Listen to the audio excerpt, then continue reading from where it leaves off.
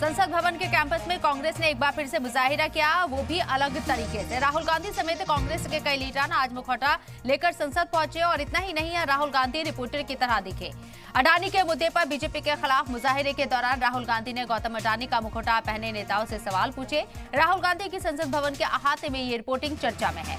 कांग्रेस की मांग है कि अडानी के मुद्दे पर जेपीसी में जांच हो। ये बड़ी खबर आपको बता रहे हैं। अडानी का मुद्दा पार्लियामेंट में एक बार फिर से गूंजता हुआ नजर आ रहा है और राहुल गांधी ने जिस तरीके से इस मुजाहिरे को लीड किया है वो सुर्खियों का सबब बना हुआ है। पार्लियामेंट अहाते में राहुल गांधी रिपोर्टर बनते हुए नजर आए हैं और यहां मुखौटा पहने अपोजिशन अराकीन से सवाल पूछते हुए आए।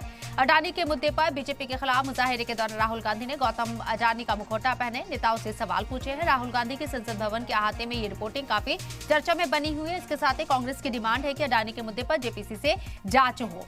अडानी के मुद्दे को लेकर अपोजिशन जमातें लगातार सरगर्म नजर आ रही हैं और अब जिस तरीके से अभी सेशन चल रहा है उसमें भी अडानी का मुद्दा उठाया जा रहा है। आज जिस तरीके से मुजाहिरा किया गया, अपना एहतजाज दर्ज कराया गया, वो सुर्खियों का सबब बना।